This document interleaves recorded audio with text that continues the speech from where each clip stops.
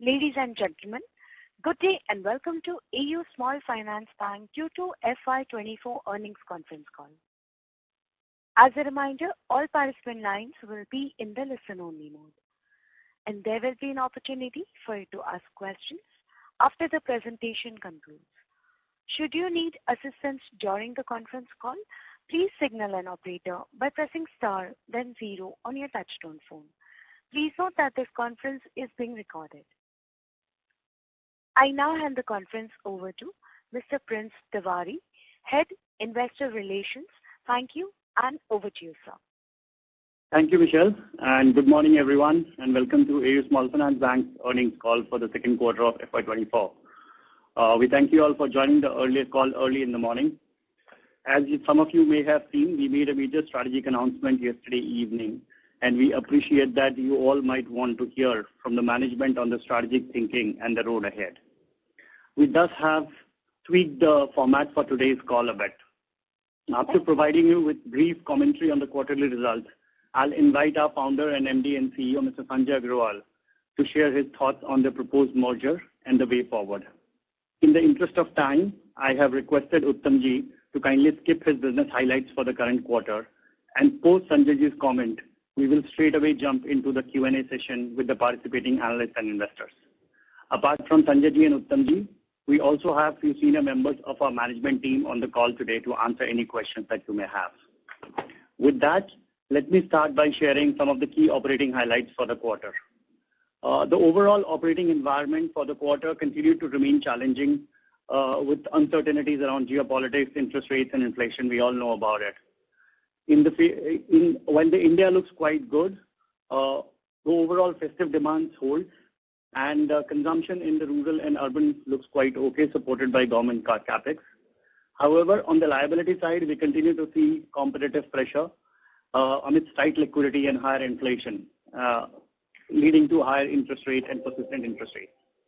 In this backdrop, our second quarter performance remained consistent with the expected outcomes, and we are navigating the headwinds quite deftly. So some key highlights for the quarter: we onboarded 3.6 lakh new customers during the quarter, and our total customer base has now reached 45 lakh customers. We have crossed a landmark of 75,000 crores in deposits and 1 lakh crore in asset book or balance sheet size if you include securitized book.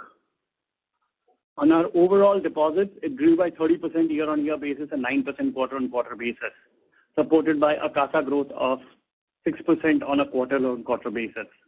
However, as I talked about, due to tight liquidity and higher pressure on the interest rates with credit offtake, there is pressure in CASA mobilization, and our CASA ratio is down by 4% since March 23.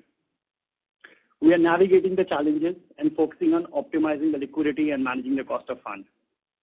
We'll continue to lay strong emphasis on CASA and retail deposits. And one key thing we have changed during the quarter, we have created a new banking unit called Swadesh Banking to maximize organizational effectiveness and focus on the upcoming semi-urban and rural areas to unlock the potential. During the quarter, our peak deposit rates increased by 25 basis points across savings and term deposits, taking our FD rate to 8%, the peak FD rate for non-senior citizens to 8%, and peak savings account bucket at 7.25%. Consequently, there was an impact on a cost of fund, which increased by about 12 basis points from the last quarter, reaching to 6.7%. On an average cost of fund for the first half of the year was 6.64, which is 87 basis points more than the September 22. While our costs have gone up, our overall yields have remained flat, and this obviously has some pressure on margins. But what we would like to emphasize is that yield flattishness in the yield is more structural in nature as we move towards a more lower credit cost business and more better risk customers or profiles. Our NIM for the quarter was 5.5 and 5.6% for the first half of the year. Now, this changing mix, where we are moving towards lower yielding franchise businesses like business banking, agri banking, home loans, will continue to put pressure on margins. As I said, it's structural. However, these businesses are also better credit quality and offer savings in terms of credit cost and OPEX. vis-a-vis our traditional businesses of wheels and SBL. On the overall NIM, we continue to remain within our guided range for this particular year. Our advances growth for the quarter stood at 2%, and on a year-on-year basis, we grew about 24%. However, we did securitize 2,922 crores of loan assets during the quarter. Gross of securitization, the loan book growth stands at 5% on a quarter-on-quarter basis. 63% of our loan books is now fixed rate and 37% is floating. So our fixed rate retail book will be advantageous once the interest rate cycle turns. A key thing to note is that we continue to see uptick in our disbursement yields. After increasing our disbursement yields by about 28 basis points last quarter, we have additionally, our disbursement yields have gone up by 27 basis points in the current quarter as well, taking the total disbursement yields up by 41 basis points over the last half year compared to FY23. The wheels business, which saw a disbursement about 3,689 crores, the disbursement IRR was upwards of 15% at 15.06, an increase of 77 basis points on a year-on-year basis and 40 basis sequentially. This is expected to help the margins in the coming years as our lower yielding book created during pandemic in some of these businesses starts receding. Additionally, we have expanded our traditional SBL business to add newer products like business loans for micro entrepreneurs in rural and semi-urban areas, offering cash flow-backed loans without collateral and under the government guarantee program. We have also rebranded our SBL function as micro business loan, as is synonymous with the MSME growing requirements across MSMEs. The asset quality trends continue to remain normal and within the range. While during the quarter, the gross NPA increased by 15 basis points to reach 1.91%. Almost 8 bits of this increase can be attributed to the base effect due to higher securitization volumes of 2,922 crores during the quarter. We assure you that this is our feedback from the ground. There is absolutely no pocket of stress in any particular segment or sector, and the increase in GNPA and consequent credit cost can solely be attributed to seasonality, and we hope to see a strong performance in the last quarter of this financial year, as has been the case over the last 20 years. Our quarterly slippages, we also get comfort that our quarterly slippage ratio has remained similar to last few quarters at about 2%. However, as we exhaust our contingency buffers, which was created during the COVID time, our credit cost has started to get normalized. We have a conservative policy in our unsecured lending where we provide 100% on 180-day past due. So some amount of increased credit cost is on account of write-off from credit card book as well, as that book grows and as is expected in the normal course of business. The PCR on the overall book continues to be at 73%, including technical write-off, and bank still has about 96 crores of additional provisioning or provisioning in the form of contingency and standard restructured assets. In nutshell, we expect the asset quality to remain within our range with no specific pocket of stress or any early warning signals, so far with recovery expected in the second half of the year. Coming to our cost to income, our overall cost to income for the quarter was 61%, down by 4% from Q2, and we continue to focus on efficiency and headcount efficiency. Our cost to income ratios remains a key monitorable, and for the full year, we expect to land somewhere very similar to last financial year. Our NII growth for the quarter was 15% on a YOY basis, and thus net profit increased to 402 crores, an increase of 17% on a YOY basis. The resulting ROA and ROE stood at 1.7 and 13.9% respectively. The bank remains well capitalized with a capital adequacy ratio of 22.4%. The core PPOP growth, a key measure which has been monitored by analysts and has been one of the biggest concerns, has surged to 28% on a year-on-year basis and 20% on a quarter-on-quarter basis. And this is supported by other income from credit cards and distribution of third-party products, and we believe that this is structural in nature and not a one-off. To prepare ourselves for our next phase of growth, we have also reorganized ourselves into 5 businesses group, which will support the existing SBU structure. The first one is urban branch banking, which will focus on catering to urban affluent market and customers.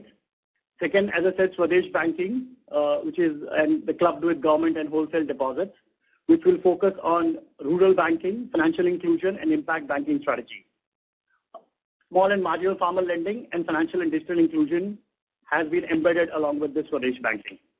The third large group which we have formed now is Retail Asset Group, which continues to have our key retail lending businesses, which is Wheels, micro business loans, and home loans, as they are all mapped under one umbrella for building synergies and leveraging benefits, as they share similar geographies, customer profiles, and behavior.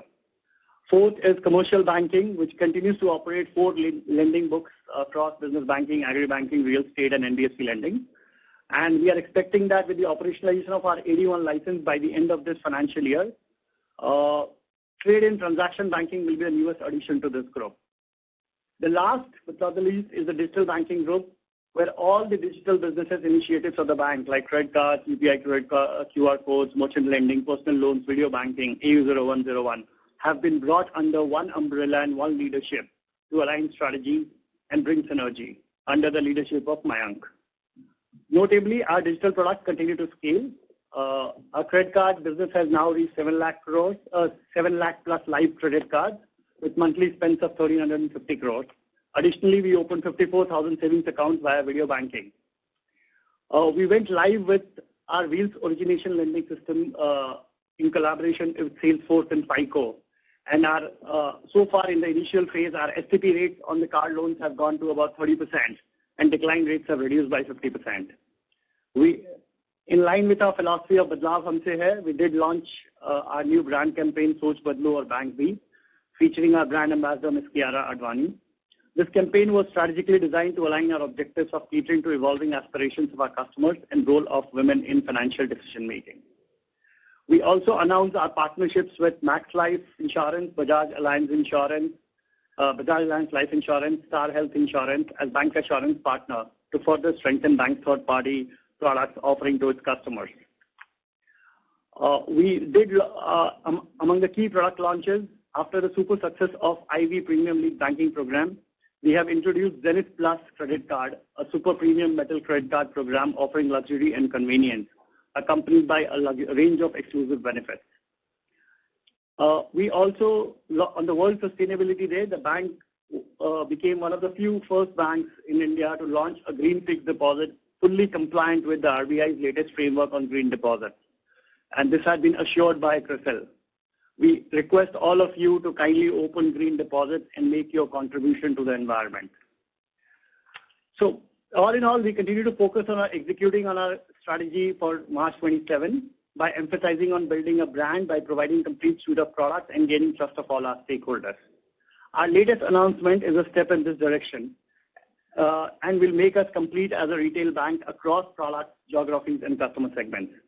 To talk more about our announcement, I now invite our founder and MD and CEO, Mr. Sanjay Agarwal, to share his thoughts on the merger announcement. Yeah, so thank you, Prince. Good morning, friends, and thanks for joining us early in the morning. Prince has already spoken about last quarter's performance. I strongly believe we remain on course in our business in terms of deposit growth, asset growth, people, and the technology, and are putting our best foot forward to handle challenges, uncertainties due to macroeconomic environment. Now I would speak about the transformative merger we announced last night. As an institution, we have come a long way from our humble background of being in BFC to becoming the largest small finance bank in the country. Throughout our journey, we have believed in our vision of becoming one of the world's most trusted retail banks and have been governed by our dharmas, which are a true reflection of who we are and what we stand for. Another institution which started its journey in a similar fashion and was built up, ground up, is Fincare Small Finance Bank. Fincare has witnessed remarkable growth while pursuing an inclusive business model and created immense impact on lives of millions of people at the bottom of the pyramid. I'm absolutely delightful and thrilled to announce the coming together of these two strong, established, and well-governed SFB franchise with a common charter of promoting financial inclusion. This is just not a merger of two entities.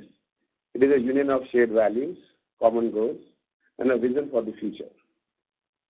This is an all-stock merger with Fincare Small Finance Bank merging into AU Small Finance Bank, and shares will be issued to all Fincare Small Finance Bank shareholders as per the agreed share swap ratio.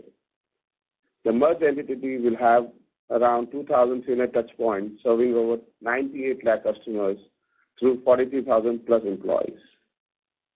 I want to share my thoughts on why this merger makes a lot of sense for our bank and what capability it would bring to the AU franchise. First foremost reason is around Fincare's extremely strong and experienced management team led by Rajiv. The team has been around for many years since Fincare's NBFC days and has shown remarkable resilience while building the business from ground up. Fincare team have a deep understanding of the MFI segment along with a strong connect on the ground, a trait which we share and value very highly. This has helped them face multiple industry-level challenges over the last few years.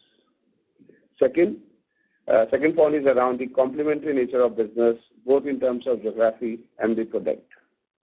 The addition of Fincare's touchpoint would accelerate build out of our pan-India distribution network through doubling of touchpoints from 1,000 plus to now 2,300 across 25 states and UTs. This would significantly increase our presence in South, where 49% of Fincare's touchpoints are located, and add significant presence in Tamil Nadu, Karnataka, Andhra, and Telangana, along with UP and Bihar. Post-merger, over time, we would convert Fincare's smaller MFI-focused branches into AU asset centers and expand product offerings. Merger would help diversify our product portfolio with access to rural, impact, and inclusion-focused MFI business and gold loans. Let me first admit that I had a different view on MFI business previously. However, the industry has proven its resilience over economic cycles. It has emerged stronger with reforms and regulation and having faced multiple challenges over the years. So, promoting financial inclusion by catering to unserved and underserved segments of society is a key objective at an SFB. Lending to small and marginal farmers was a gap in our offering. Merger with Fincare would provide us this capability. Merging with an MFI on a bank platform made more sense from our perspective given common regulatory and compliance requirement. Fincare is a well-governed bank with a strong board and marquee private equity investors. MFI has grown a CAGR of 32% over the last 10 years actually. India has strong and widespread economic growth, and I believe that industry is poised for a sustainable growth and profitable image. Hence, we took this decision. Finally, in my opinion, Fincare has one of the most experienced MFI in the country with a strong collection expertise and ability to sustainable grow the business.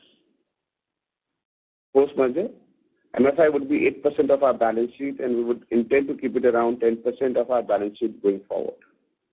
We have also looked through our cyclic profitability and credit costs in the sector, and we believe MFI can sustainably produce ROA of 3.24% on a through-the-cycle basis with credit cost of 2.5 to 3%. We will provision the business conservatively on through-the-cycle basis. Along with the MFI capability, we also benefit from Fincare's gold loan capability, which has a gross advances of 1,100 crore and gained further scale in HL and macro business loans. The merger also brings multiple synergy opportunities from funding costs and scale-driven cost synergies over time. This is not a cost-cutting, but benefit that accrue from scale and reduction in future hiring requirements. Fincare has a strong IT team of 200 people and has developed in-house development capabilities around process digitization. This would further add to our tech capabilities and complement our strong customer-facing applications.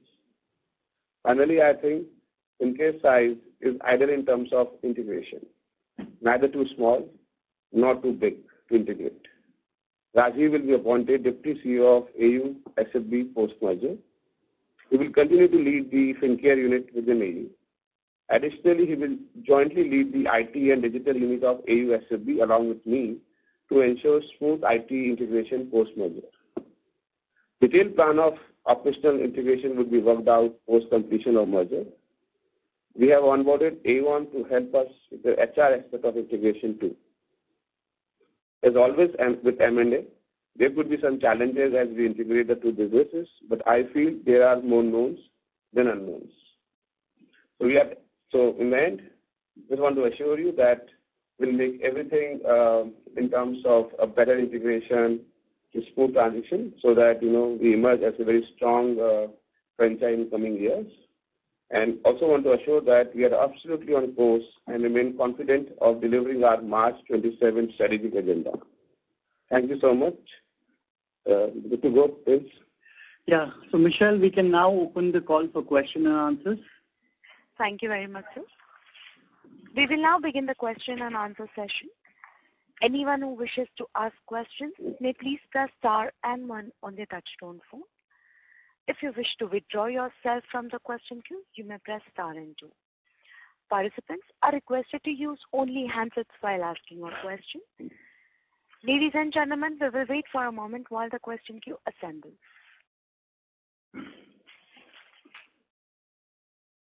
Ladies and gentlemen, in order to ensure that the management will be able to address questions from all participants in the conference, please limit your questions to 2 per participant. Should you have a follow-up question, please rejoin the queue. Thank you. We'll take the first question from the line of Bhavik Dave from Nippon India Mutual Fund. Please go ahead. Yeah, hi. Hope I'm audible, sir. Sir, 2 questions. One is on the merger. And sir, you alluded to the thought process behind it. So sir, just wanted to understand a little more on how did you think about this merger, how long did you evaluate it, and also, sir, because we are at a size wherein we are like trying to build up our deposit and we are growing very healthy at 25%. Was there in the journey, isn't it too early to get into a merger which takes time? Maybe the deal is really good in terms of size and geographical opportunity and the products that they bring in, and with the management team which is quite strong. But doesn't it like derail the process, that the way we were going about things over the last 3-4 years and having 20,000 more people, very different culture maybe? How do you think about it? And now unsecured becomes a reasonably large part of our business versus the way we used to run a more secured franchise.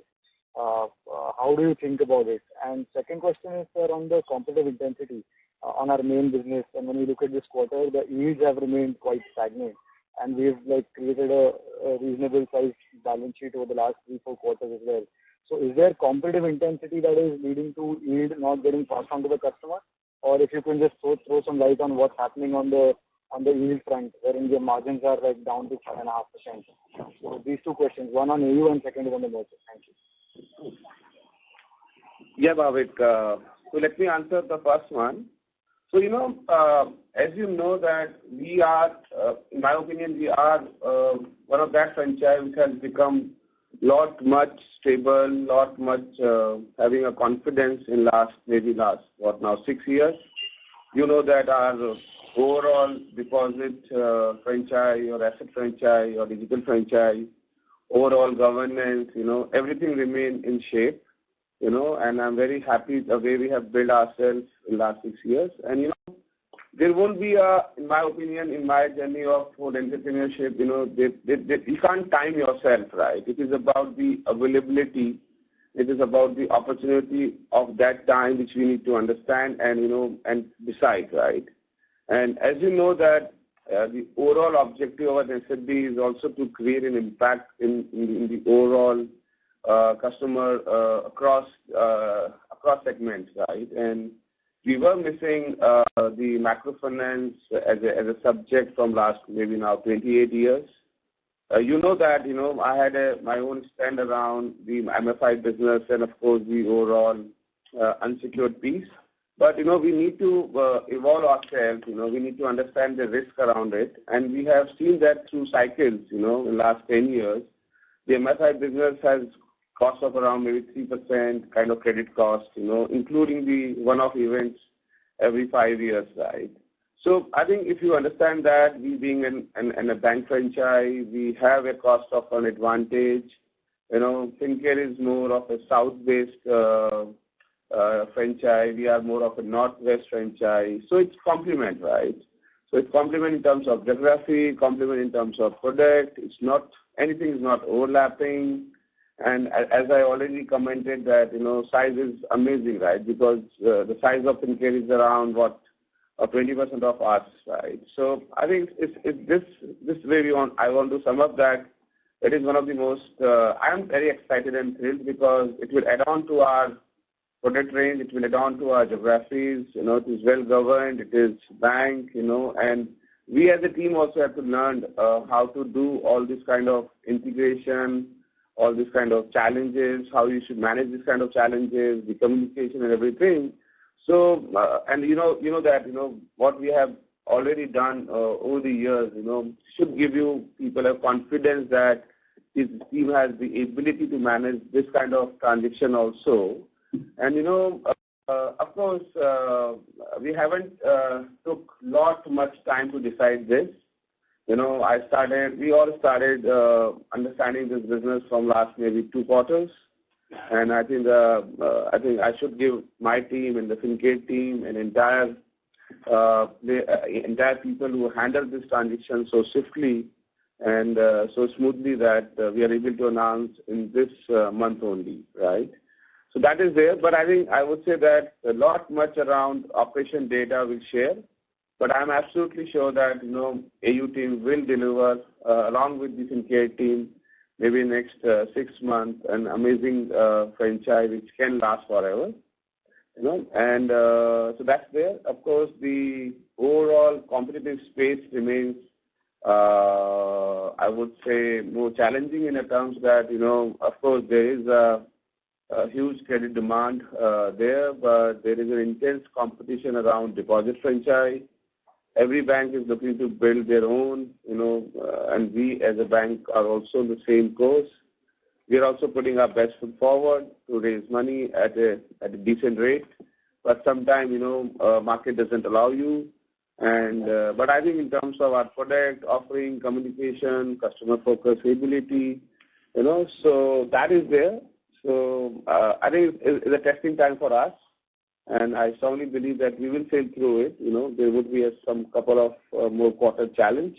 But in the long term, I strongly believe that we are on the course of our March 27 agenda, where we believe that our first 10 years should be very noise-free. We should remain focused on our execution. We should remain on course in terms of achieving everything in terms of asset growth, asset quality, digital franchise.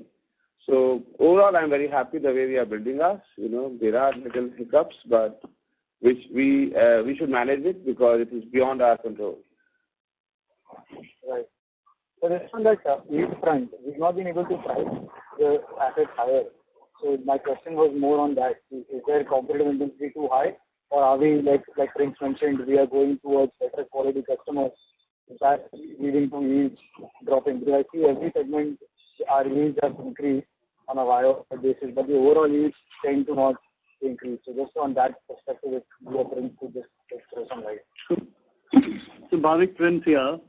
Again, what you are seeing today on an overall basis, like as I said in the call as well, in the opening remarks as well, that we have been able to increase the disbursement yields in some of the core businesses, right? The vehicles has gone up by 77 basis points over the last year. Similarly, in the SBL also, while we have not really been able to increase disbursement yields, but the profile is changing. But I think fundamentally what you have to appreciate is the structure of the business, right? The commercial, the overall business construct is changing a bit, and which we have articulated in earlier calls as well. If you go back to March 22, our overall lower yielding businesses, which we are calling commercial banking and home loans, which yield about 11.5%, that used to be about 23%. As on date, as on September, it has now reached to about 31%. And consequently, there is a mixed change that's happening in the business. The higher yielding businesses of wheels and SBL or MBL are coming down, whereas home loans and commercial banking has gone up. But we have also articulated in slide 30 of Q4 FY23 that the lower yield doesn't necessarily mean a lower ROA, right? The credit cost in these businesses is much, much lower. The OPEX in these businesses are much, much lower. And to that extent, if my retail business gives me a ROA of about 3.8%, on an advances basis, the commercial banking also gives us about a 3.3% ROA, right, and which is already there. One last thing I'd like to articulate is even within the existing businesses like MBL and Wheels, like in Wheels, our personal car segments have gone up. In MBL, our ticket sizes have gone up post-COVID. So earlier, if you look at March 2021 data, are more than 10 lakhs as a ticket size. It used to be about 56%. And that's a lower ending book compared to less than 10 lakhs where you have more options to price better. This book we have now increased in the new disbursements as on March of 23. 71% is more than 10 lakhs and lesser than 10 lakhs is only 30%. So what we also realized during COVID is the vulnerability of the customer who is over leveraged and has a smaller business tends to be more risky as compared to people who have a higher borrowing and thus have a more settled business, right? So I think structurally you will find that our credit cost, which used to be about 1%, 80 basis points to 1% through the cycle, will now probably stabilize at about 50 to 60 basis points as we move forward. And that's also an impact of the, so while we might not be able to increase the overall cost yields, but definitely there's a saving in the credit cost. Last point that I will make on that is also the Wheels and SBL, mostly Wheels. Some of the business that we created during the pandemic time, because there was abundant liquidity, and that business did get created because we were very cautious, the credit filters were too tight. We did create a business which was slightly lower yielding as compared to historically where we have been. And that book is ensuring that even though the newer disbursements are happening at a higher yield, that book will slowly start receding now, and probably going into next year, you'll start seeing some uptick in the yield. So hope that's comprehensive, Bhavik. Yeah, thank you. Thank you. We'll take the next question from the line of Renish from ICICI Securities. Please go ahead. Hi, sir. So just two questions from my side. One is on the fee income part, wherein the general banking fees has seen a very sharp jump in Q2, from 55 odd crore in Q1 to almost 130 crore in Q2. So can you please throw some light on what is driving this sudden jump in this fee income line, and whether this is sustainable or not?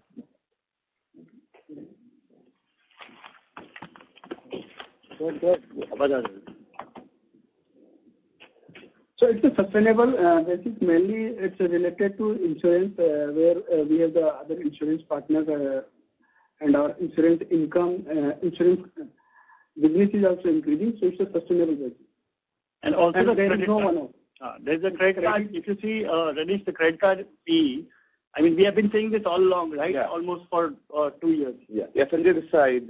So I think, this is well laid down strategy of last maybe couple of years where we have focused on our insurance business. We have really want to build a wealth proposition for our customers. We really want to build our credit card business.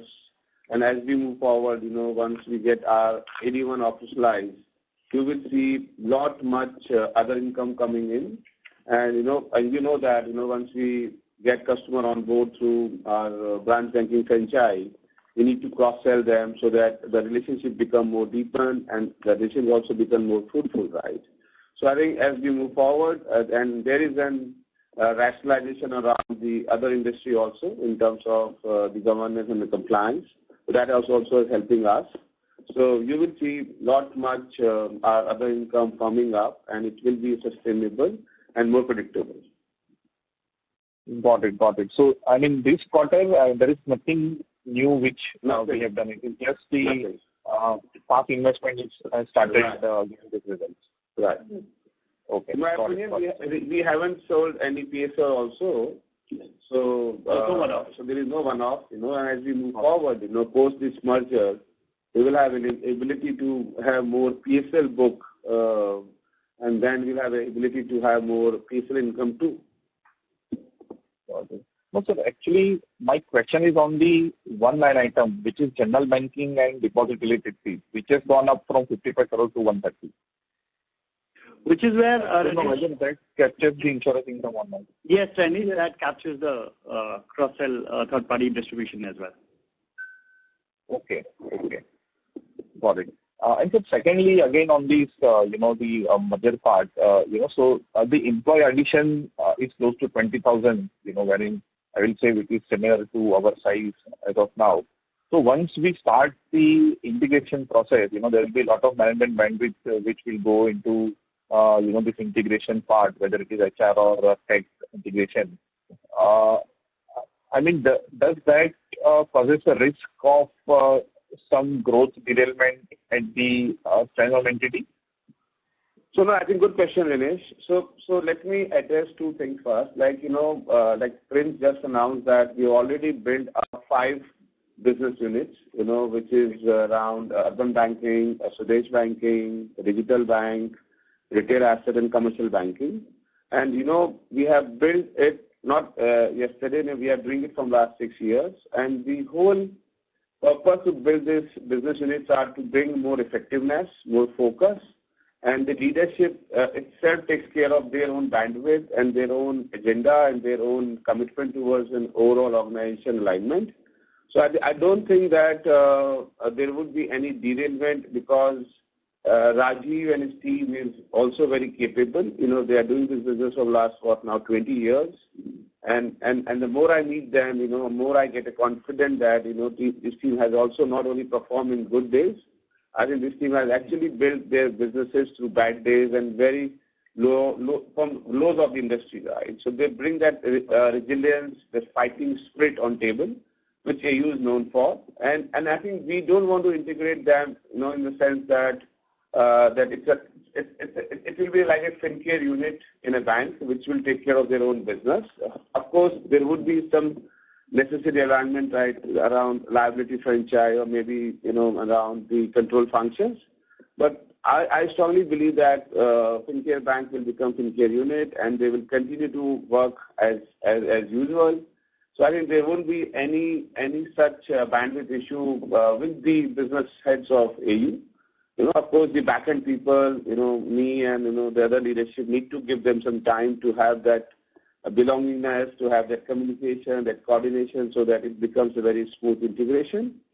And, just for a data sake, it's not about 20,000 people. It is around 15,000 people and we are at 30,000 people. So they are 1/3 of us. And, most of the 15,000 people, maybe around 2/3 of them are in MFI segment, which we don't have, right? So I think that is why I'm saying that it's more knowns than unknowns. Complete complementary in terms of geography, product, people, and the way we have thought through, you people will have, I know, the anxieties and, because of the track record of so many M&A. But I can assure you that, again, AU will build will try to build or will try to show that, this integration, this M&A can be so different from the previous ones, and that's our commitment. That's our commitment to ourselves. And I think me and Rajiv are bent upon to execute on those lines. Got it. Just last thing, so does this merger, will have any impact on cost maybe over the next couple of quarters? No, so I don't think that there would be any additional cost. As I commented that there would be some synergy, but it will be only in next maybe 2 to 3 years.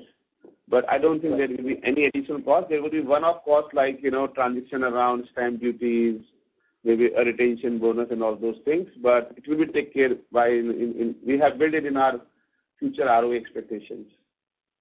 Got it, sir. Okay, that's it from my side and best of luck, sir. Thank you, sir. Thank you, Ramesh. Thank you. Thank you. We'll take the next question from the line of Rohan Mandora from Equirus Securities. Please go ahead. Yeah, hi, sir. Thanks for the opportunity. So, sir, if we look at AU Bank, it has had certain strengths in its business model, which has enabled it to deliver strong performance over the years. So I just want to understand, when you were evaluating this transaction with FinCare, what, as per you, are the key strengths in the business model of FinCare? other than the complementary geographical presence and the MFI book that comes in. So on the core business understanding perspective, if there's something which differentiates Fincare, that was one. And second, sir, associated question here is that we have been following a contiguous expansion strategy as we were expanding geographies. Now, with Fincare, while South geography gets added, but the product profile was relatively different. So we probably don't have that understanding of the geography. So does this expansion, will it take time to drive operating synergies, or how should one look at it from that angle? This was the first question. Yeah. Should I reply now, or you want to ask second one? So maybe you can reply that, and then I take second one. Yeah. Okay. Fine.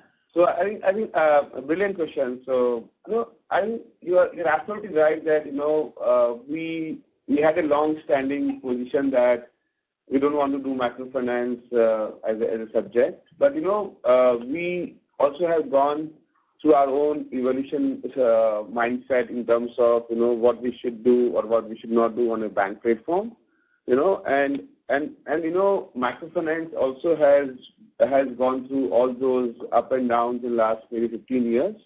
But I think if you see now, the whole regulation framework, the focus, the kind of support the entire ecosystem is giving to this segment is tremendous, right? And we as a bank also have to have some objective around priority sector norms, the inclusion impact. So I think microfinance is one product which can fulfill all these things, So I think we changed our mindset that, we have to relook this strategy of not looking towards microfinance business at all. And last maybe 2 quarters, I commented that, we really want to build more organically, and we started on that path. But once I met Rajiv and the team in maybe 2 quarters back and figured out their own experience around building this business from grounds up, and this team has really managed their remarkable growth in spite of so many challenges over the years, be it 2008 challenge, 10 challenge, maybe around 2016, 17, and then of course again in 2020 post-COVID. But they have always become more stronger, and they have emerged better from every crisis, right? So you need to have the best team to handle this kind of business, right? And that remains our core in our whole ethos, right? It's people who matters, right? And that is why if you see our journey, whether it's being now credit card journey or a commercial bank journey or maybe retail assets, we have done phenomenally well because we back people, right? So we as in bank thought, and let's back people, who has done so much hard work, who has a fighting spirit, who understand his business in and out, and they have shown their entrepreneurial mindset to come up from all those challenges, right? So I think first the business segment itself, and then the team which we are getting is tremendous, right? I think these are 2 things which, in my opinion, made us more in favor to merge the entity with us. And of course, in the complementary nature that, they are more south, they have maybe 49% touch point in south, which we don't go naturally. We need to understand people's psyche. We need to understand, overall psyche of people who want to join us. It gives us in an easy way, or maybe a foot in door to understand those markets emotionally. And it's very important to understand markets and people more emotionally because that's the way we operate in India. So that's one. Second thing. And third, I think they are banks, right? So they are well governed. There's a lot of transparency. There is a strong board, strong private equity players who are with them for last maybe now 10, 12 years. So they have shown that they can be with the company for maybe, it's a long time to be for the private equity player to be in the company, right? So I think these are 3, 4 things, which really impressed us a lot. And we could turn around, right? Because there was a lot of purpose on the both of the sides that they really want to make this deal happen. And of course, I strongly believe that it is the price is also very right. It was generous from the other side that they accepted our offer. But I strongly believe that price is also very good. And of course, then the size is not too big, not too small. So I think there are 4, 5 things which we believe that is in favor to do this business. So very happy, very happy. I know there would be some questions around you people, but we will answer it as we move forward, right? So that's one. And any other question? Sir, on that contiguous expansion piece. So that is there. So I don't think that we are changing our stance. Rather, we have around 130 odd liability branch like AU in FinCare, which will add on to our overall growth strategy, and we'll rather want to have more rational growth strategy at AU distribution now, because if you're getting around 1,300 touch points, how we can leverage it, how we can make it more effective, right? How we can have the well-rounded distribution built around those centers, So I don't think that. So that's why I'm saying again and again that there are more knowns than unknowns, and we have gone through very thoroughly in terms of overall understanding, and then want to build very, very patiently, So I think the bandwidth issue or the cost issue or the things which we may not control, I don't think as of now we are able to understand that. And I'm sure that there won't be none. So, but small here and there, we should manage it, and we should learn also to manage it. Sure. Sir, the reason I was asking the question is that, like, if you look FinCare SFB, and they have slippages that are of around 7%, 18%, and 7% in 21-23. Whereas if you look at AU, historically we have had category leading performances. So nothing stands out. It's what I got as the initial feel in FinCare microfinance business. So that's where I was asking this question. And second thing, sir, in the presentation we have made a comment that the management continues to focus on seamlessly executing our strategy till 27. So does that mean that we are comfortable operating as an SFB for till 27? How should we read that statement? So brother, one at a time. So again, I can only say you this because it's difficult to comment everything so upfront. We'll cross maybe now 1.25 lakh crore of balance sheet by next March. So the size and the scale and the width, will allow us to take a better informed decisions. So, but what I'm saying is this, that just now 6.5 years of us, we being in SFB, we had one agenda. We have fulfilled that. There are nothing as such, where we should be worried about. Our asset quality is in amazingly well in shape. Our digital franchise now building up very well. Of course, deposit franchise is not where things comes very easily, but we have well-rounded it through the other product range, be it wealth, be it insurance, be it payments, be it credit cards. So I think, we are walking on that path where, where this franchise will become a formidable force in coming years. Yeah, and just on your point, Rohan, around the slippages, of course, we all know that the entire MFI industry has gone through a cycle, right? And the pandemic was relatively much harsher on them as compared to a secured lending business. And that's what we have also factored in when Sanjay talked about in his opening speech, that through the cycle, if you look at the MFI business, with adequate provisioning, you can generate a high teen ROE. So honestly, while 1 or 2 years, it is prone to event risk, but the trick that we figured out in the last 10 years, given that it has become much more regulated, the players are much more accepted, the overall practices have evolved over a period of time, is to make a very consistent provision even in good times, because that will take care of you when the event risk strikes. Sure, sir. Thanks. Thank you. The next question is from the line of Nitin Agarwal from Motilal Oswal. Please go ahead. Yeah, hi. Good morning, Sanjay and team, and congrats on the merger. A few questions I have. First is on the securitization. We have been going in for higher securitization. This quarter we did around 2,900 crores. So what is your strategy on the same going forward? And the second one is on the stronger growth that we have reported in commercial assets, along with the securitization again that we are doing. how will that impact the PSL compliance? So if you can share some color as to where bank stands on the overall PSL compliance and how do you see that going forward with the strategy that we are adopting on the securitization front? Thanks, Nitin.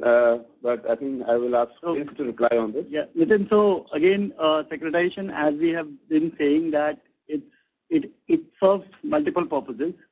One, obviously, it diversifies my funding profile, and to that extent, it helps me on the liability side, puts lesser pressure on the team, especially in an environment where the interest rates is high, and we don't want to load up ourselves on the bulk deposits. So securitization obviously proves the way to generate liquidity. Second, it obviously frees up capital, I think, but that's not the main reason. I think the last point or the second part of the question is very apt, where you said that the overall PSL. So our strategy this year is more to sell non-PSL as compared to priority sector assets. And again, so far, whatever we have securitized, bulk of it has been on the non-priority sector lending book that we have. So that also helps me achieve a higher percentage of PSL achievement against the regulatory compliance requirements. The purpose is dual. One is liquidity, but at the same time also ensures that my PSL compliance goes up. Want to add on something, Vivek? Yeah. So on the second question on the commercial banking assets, most of the business banking and agri banking, to the extent that 90% of our agri banking and almost 85% of our business banking assets are PSL.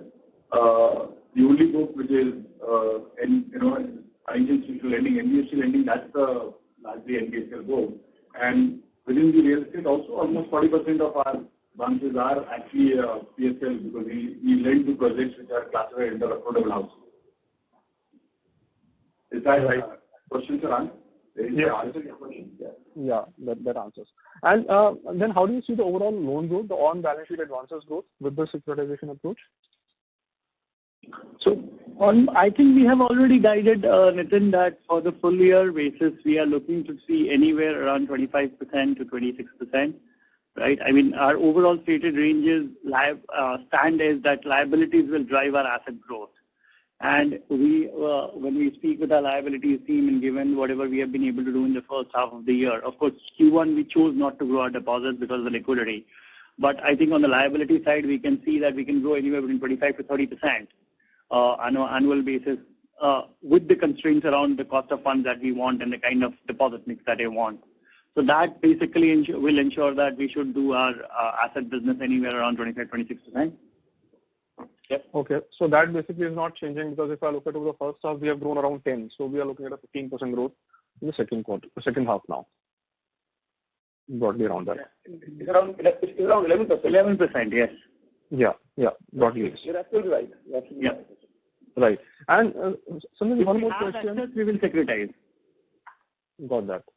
And one more question that I have is on the universal banking license plan. And so now after this merger, what are our thoughts on that? Will that get deferred? And any comments around that? Nitin, again, I repeat one at a time. So the idea is to be very honest. Idea is to really build a bank with all-round capabilities, right? So I think universal is one word, which is just comes in every discussion. But if you see AU, maybe in April 24, you will see, with around 30 product lines, and with the cross-selling ability of wealth, insurance, ADML license, that means FX, the payments, the entire credit card, UPI code. So I think I would sincerely believe that we should be viewed by the people as such, that we have that all-round capabilities in terms of product, in terms of customers, because once we start microfinance, it will add on to a customer range which haven't served at all by us in last maybe 28 years, right? So I think the kind of width, the kind of I would say depth we are building building our franchise. It's very good in my opinion. And then of course once we settle down, we will look for the next thing. But I would only say that as of now, one at a time. All right. Sure, Sanjay. Thanks so much. Wish you all the best. Thank you, Nitin. Thank you. Thank you. The next question is from the line of Anand Dama from MK Global. Please go ahead.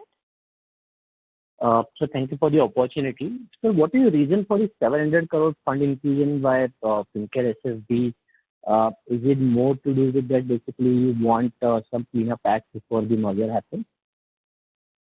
No, Anand, I think everybody knows that Fincare was about to launch their own IPO, and they were supposed to raise capital, and they're high leverage in that sense. So merger will take some more time, right? It is not happening today, tomorrow, right? So and they need a capital for their own business as usual, right? So their own team their own investor has committed to the team that they will put this money, and we accepted that, right? So it's that simple, in my opinion. Yeah, and Anand, on the GNPA side, again on the cleanup act, the book is already fairly clean. As on 30th September, this is the audited financials. The gross NPAs are in the range of 1.6%. And if you see over the last 3 years, or at least last 2 years, definitely, they have written off a lot of COVID-related NPLs. And in fact, this is whatever interactions we have had and the due diligence feedback that we have got, they have been recovering almost, quite a decent chunk out of that written off portfolio. And the expectation is they might be able to recover more than 10% in the current financial year. But, basically the HDFC Limited kind of institute also basically had its own issues, when it was merged. So just wondering basically, if this is to do the cleanup. So secondly, what will happen about on the holdco structure, whether the holdco will exist for that SFB? And secondly, what is your view that, RBI would take, particularly given that we are acquiring a very healthy SFB? What's the second question? The RBI view, sorry? RBI view on acquiring a healthy SFB. Healthy SFB. Okay, no. So I think, thank you for this compliment, So that's not the whole purpose, because we strongly believe that this is a very healthy, very well established, well governed SFB, and we would go to a regulator to really allow us to do this, but we strongly believe that the kind of complementary position we have to each other, the regulator would be, I would say, would only support this, but it is their own decision. But we will put our best foot forward to convince them. That's one thing. Second, on the point that you made around past merger between Disha and Future, I'm guessing that's the question. No. Holdco. So no, I think the holdco structure, I think that is their own decision to be made once we get to that level. But initial understanding is this, that the holdco investor will get the shares of AU by liquidation. But I think they will take their own decisions, so it's early to comment as of now. So I was just wondering about, if RBI would take any objection to the merger, because, there is an acquisition of a healthy SFB, whereas I think RBI had given a license for these entities to operate separately. No, so there is no acquisition. It's a merger. Sure. Both sure. Yeah. So any concerns that you see in terms of integration that would come by, and any integration related cost that you see? Not much, Anand, because as I already commented that they are more south-based bank. We are more north and west-based bank. 10,000 people work in MFI business, which we don't have, so that they will continue to work with us. The complementary, the function which maybe have the similar kind of job profile would be not more than 100. We need to sit together to understand those things and how we can align them also with the overall strategy of a bank. In terms of tech integration, as you know, the bank is not that big, right? The deposit base is around close to 10,000 crores. and we are working more on Oracle and all those things. So it is more of a now API-led integration. So that should also help us a better transitioning there. So in that sense, and they are well governed in terms of the overall inspections, overall umbrella of regulators. So that is there. So that's why I'm saying there are more knowns than unknowns. And of course, M&A will throw us some kind of challenges as we move forward. But as a team, we need to have that kind of mindset that we will understand those challenges, we'll sit together and try to resolve it, because the common interest is now one. The common interest to really build one of the finest retail franchise for this country.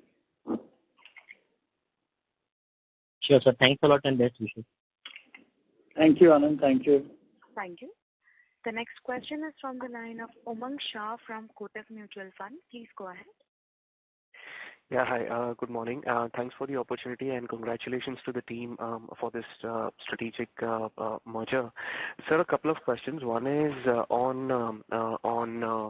the shareholding of Fincare Small Finance Bank. Now, we do understand that there are quite a few private equity players, both at the holdco level as well as the operating bank level. So as per the DRHP, some of them have expressed their intent to pair some of their holdings as well. So as a part of the merger agreement, is there any lock-in for the existing shareholders of Fincare SFB or the holdco, or how does that work? So, Umang, as you rightly said, there are private equities, but they are all at the holdco level, and holdco owns about 80% of the bank. And the merger is between the bank, and the holdco is not a part of the entire merger process. And hence, we will be issuing shares to the holdco. And as Sanjay ji said in the earlier question, the holdco it's a non-operative holdco. They don't have any other assets. So it's up to them to decide, but our understanding is that even if they go for distribution of this asset or the shares of AU to the underlying investors, they'll have to go through a dissolution or a liquidation process, which will take, who knows how much, but the NCLT process is expected to take a longer time. So we don't really expect a lot of liquidity, And of course, I don't think that there is one of investors has having a large chunk. Yes. It's well distributed, right? And just all put together, they would be taking around 10%, right? And if they have maybe around 20 investors, so the average out holding won't be more than 1% each, right? So other than one or two, right? Yeah. So and also we have some investors there who are common, and they would like to probably hold on because they already hold AU. So we don't really see a lot of liquidity flooding the market, over the next at least 15 to 18 months. Understood. And sorry, just one clarification. The share swap will work in the same fashion for both the promoter entity shareholders as well as some of the public shareholders, right? Share swap is for all the shareholders, including the ESOP holders. Understood. So it'll work at the same ratio. Understood. Sir, the second question is, again, in part, Sanjay ji has already kind of answered it, but typically the way we have seen in mergers, now we do understand synergies will take some time to kind of show up, but are there any one-off costs which we are foreseeing at this point of time, which can hit us maybe next 6 to 12 months? Yeah, so by one-off, do you mean sort of integration costs, or is this deal related or some other business related aspect? I mean deal related, and again to the point on asset quality which Prince and Sanjay ji answered earlier. But I mean, if you look at the headline NPAs and credit costs of Fincare are relatively higher compared to AU, so maybe basis your due diligence, any one-off expenses or stuff like that. No, so as I said, Umang, the Fincare, again, during the last 2 years, they have provided a lot and written off a lot of book. In fact, they are seeing recovery from that book. So to that extent, they in fact also did a ARC transaction last quarter to sell some of the legacy NPLs in their secured asset book. The microfinance book is already pretty clean. They have a net NPA of about 0.6%. So to that extent, we don't really think there'll be a lot of provisioning requirement. Their policy on provisioning and write-off on unsecured book continues to be as stringent as ours. They write off their unsecured book at 180 days or provide 100% as 180 days. So we don't really see any major material, provisioning coming to our book just because of the change in the mix. As far as the integration and other costs are concerned, of course, as Sanjay ji alluded, there will be some amount of transaction-related expenses around stamp duty and other things. But that's normal in nature. We don't really see a lot of integration cost because the businesses, as you said, are very complementary. The MFI business can continue to run as a MFI business because you don't really have it. Some of the other businesses are very complementary around the affordable housing finance and around the entire small business loans. So to that extent, we are not really envisaging a large integration cost. Whatever minimal that might come in because of system and other things has already been baked into our ROA profile, as Sanjay ji said. Perfect. And just one last data point, the 9.9% post-swap equity which the existing shareholders of Fincare SFB will get, does this include the 700 crore capital infusion by promoters or that would be over and above this? No, absolutely included in that. Okay, so this is a fully diluted one? Absolutely. Okay, perfect. Including the ESOP holders. Okay, all right, great. Thank you so much and wish you all the best. Thank you. Thank you. The next question is from the line of Shantanu Chaturvedi from BNP Paribas. Please go ahead. Hi, thank you for the opportunity. Two questions really. One relates to the merger and the other relates to your own business. The first question related to the merger is one of the calling cards of AU, even in its existence as NBFC, was that even while it was present in higher yield and smaller customers and so on and so forth, it was always able to deliver NPAs and credit costs which compared with the best-in-class banks, and there and thereabouts, something that very few other companies have managed. And we know the stories around how Sanjay ji himself was so focused on that the credit culture of the company should remain pristine. So in that context, bringing in an MFI book, where, as you guys are yourselves admitting that every 3-5 years there seems to be, occasional meltdowns. That is the nature of the business. While it's profitable in good times, it is also susceptible to large drops in sporadic years. How does that fit into your credit culture of where every rupee must come back that goes out?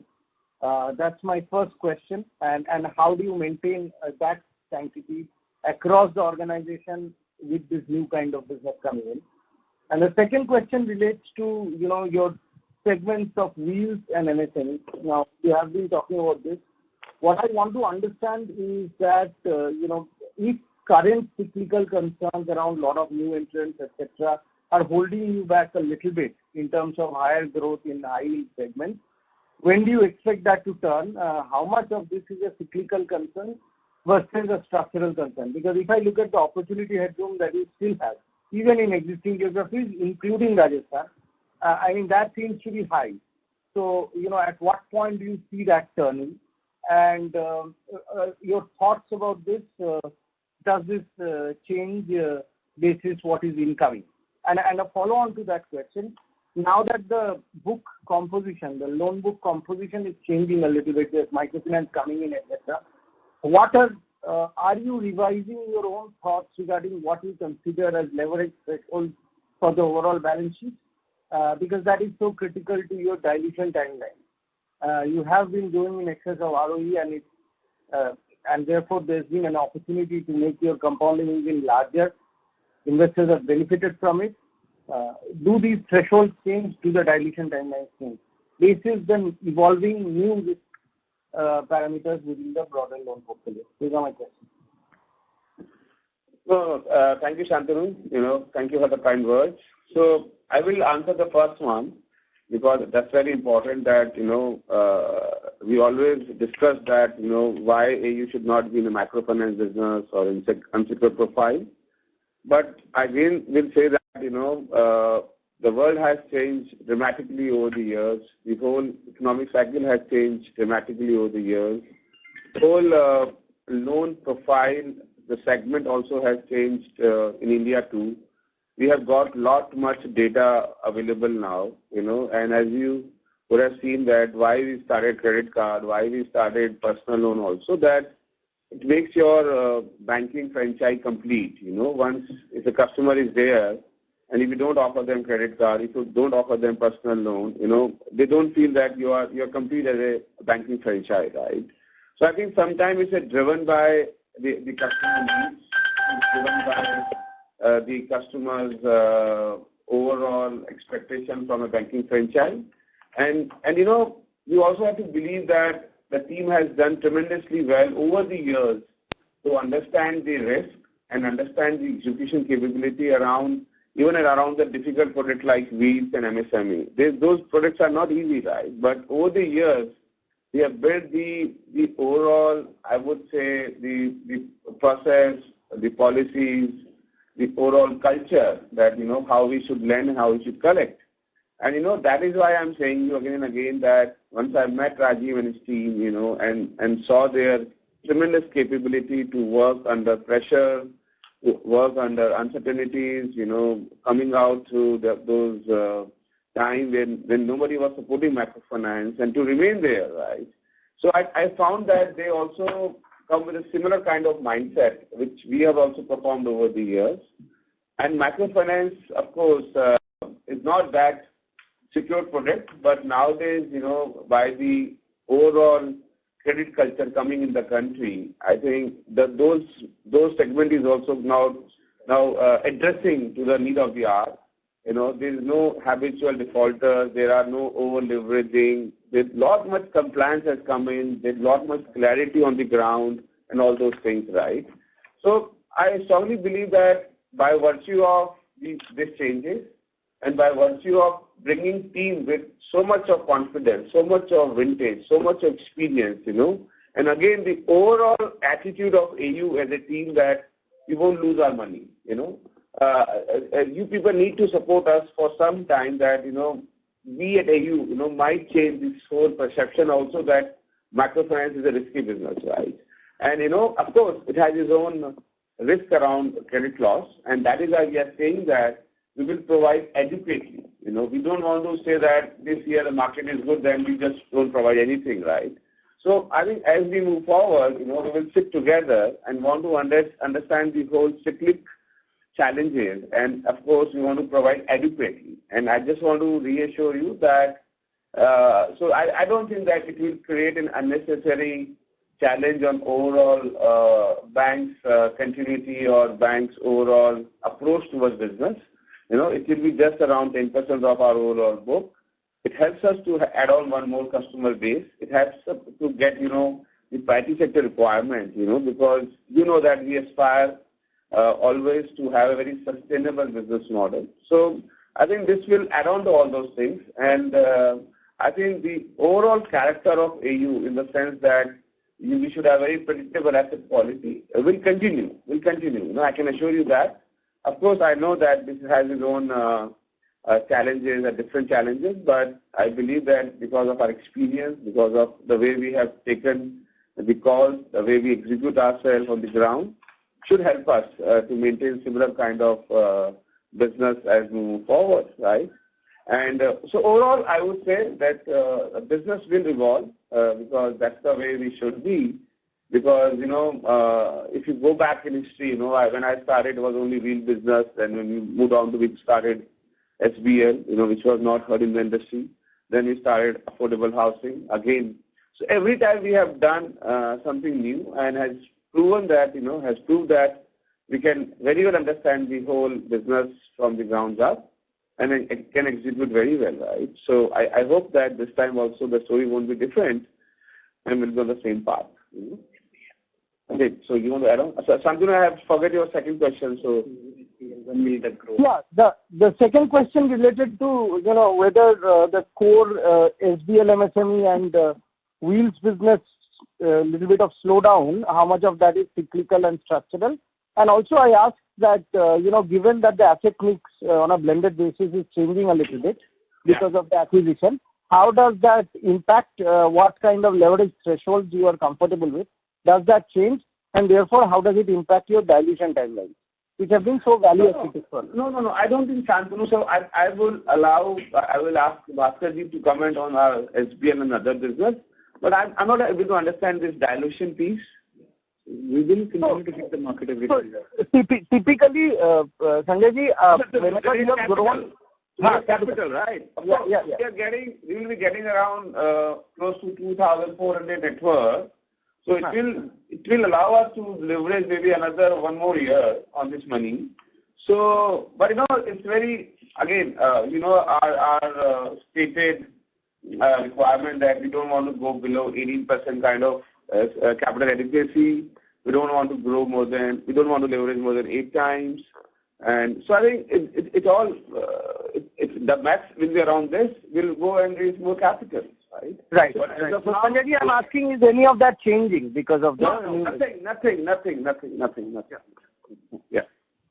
Yeah, hi, morning, Shantanu. My name is Bhaskar. Just to answer on both wheels as well as the SBL business, both continue to be on track. It is just a matter of getting our rate adjusted to the cost of fund. And that is the only one reason, because we also do know during the festive season, we have to come be a part in the marketplace which gets competitive, and hence we have been building our rate buffer on both the businesses. Otherwise, by design, by structure, by people on the street, we continue to remain, the entire team continues to remain there on the street, and we are doing whatever is in our plan for the year. So truly nothing to, no miss there. It's all going as per plan. So Bhaskar, basically what I'm asking is, see, in this year, these core businesses have been doing very well for you, and obviously as you have also highlighted, and it's plain for us to see, there's a lot of headroom there in terms of opportunity for you to sustain long-term high growth. I understand that because of increased competition, you have had to hold back a little bit, as a lot of NBFCs, small finance banks have entered, right, and probably not with as much experience as you. What I'm trying to understand is, at what point do you see that cycle turning? What are the evolving realities of that competitive space, if you will? So, Shantanu, Uttam here. I want to add here that it's not that we are holding ourselves because of competition or because of competitiveness. It's a function of rate, As Bhaskar ji has said that our cost of fund a little bit elevated because of our deposit franchise, as we all know in the market. So it's a function of rate for us. And we are already funding at 15%, on a mix of used and new and tractors and two-wheelers. My SBL business is around 14.5%. My housing is around 11.5%.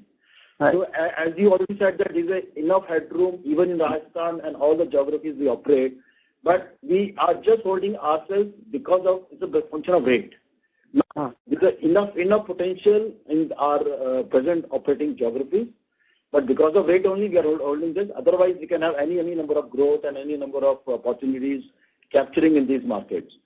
So just as the cycle rates gets evolved, gets slowed down, our deposit franchise is there, we are there to catch on all those opportunities. So it's not because of competition all that. It's our own decision, our conscious approach towards our growth. Yeah.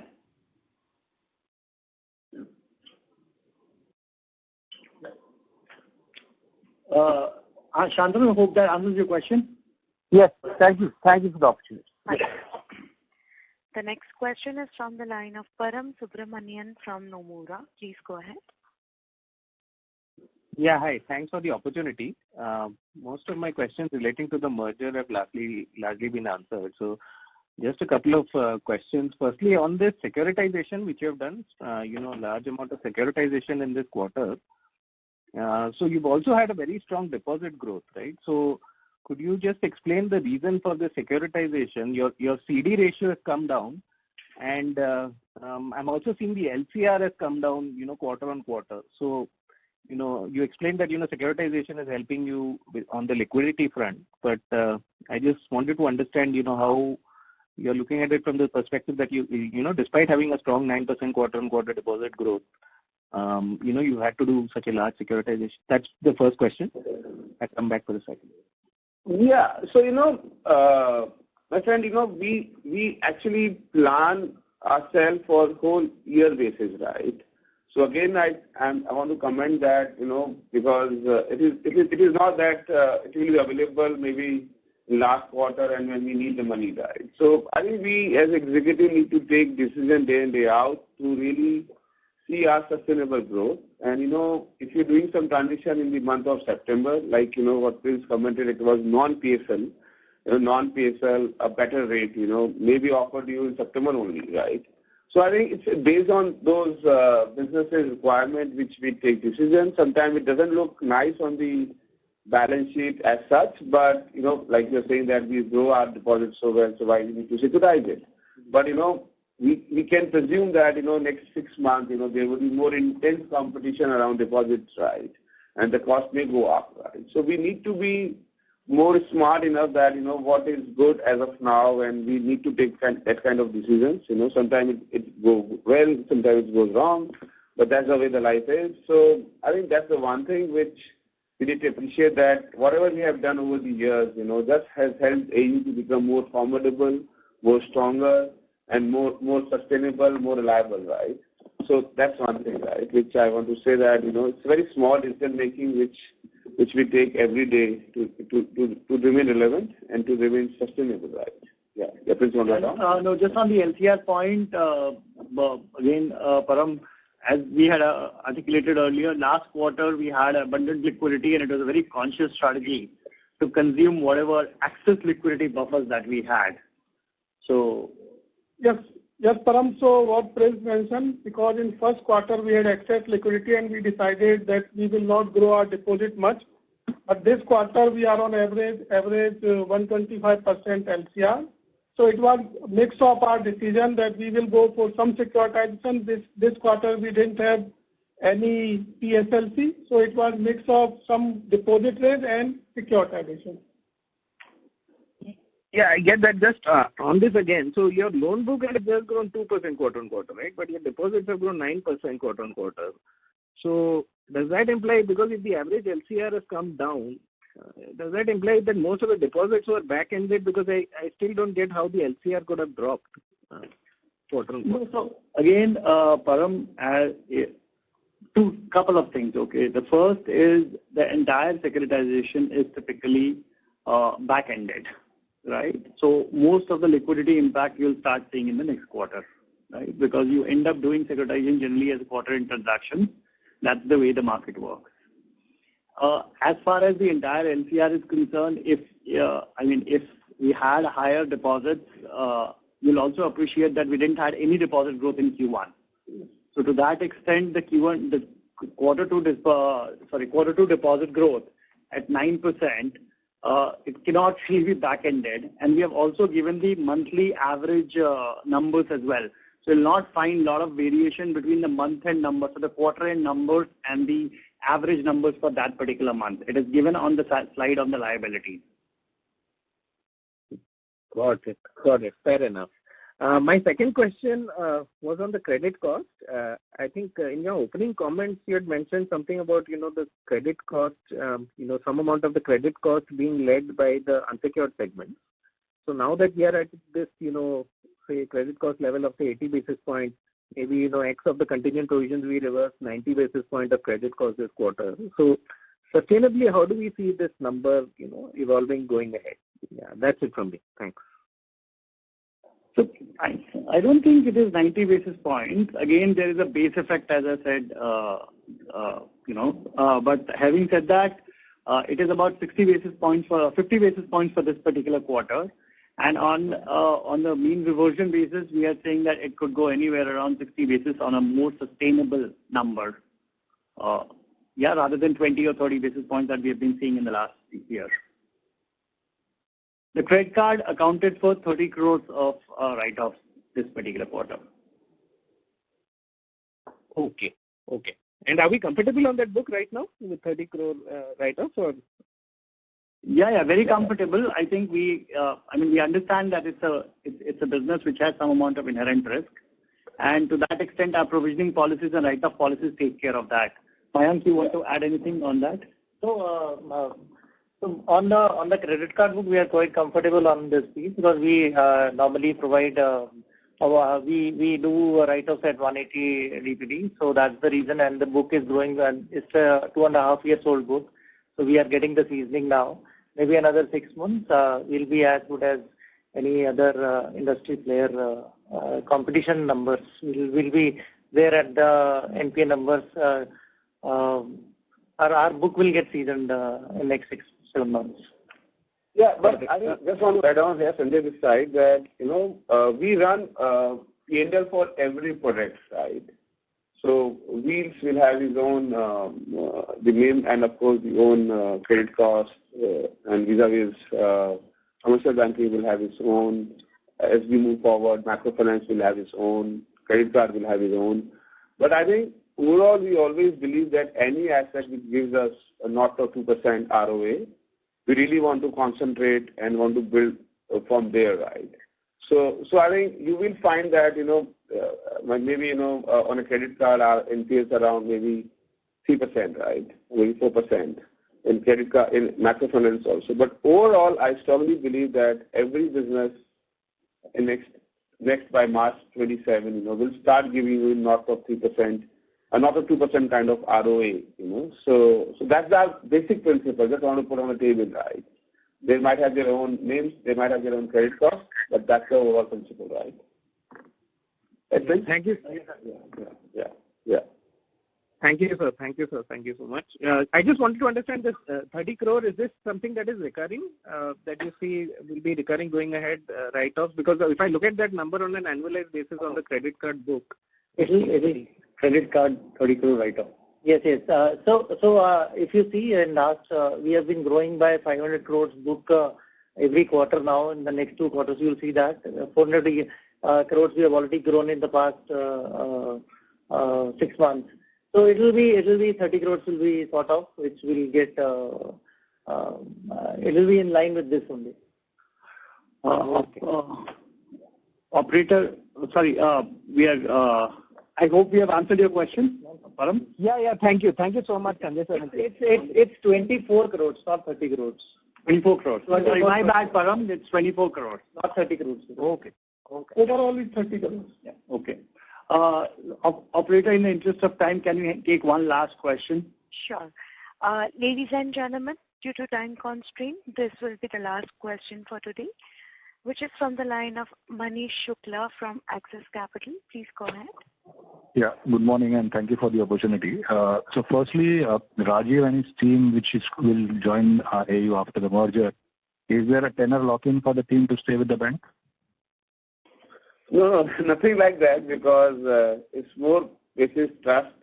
It's more basis that, we want to work with each other, right? So I think that bonding is far better than, any kind of documentation bonding because those are very highly experienced team, and Rajiv is working as an NDC of a bank. So we expect that, we should be given the same treatment, same respect.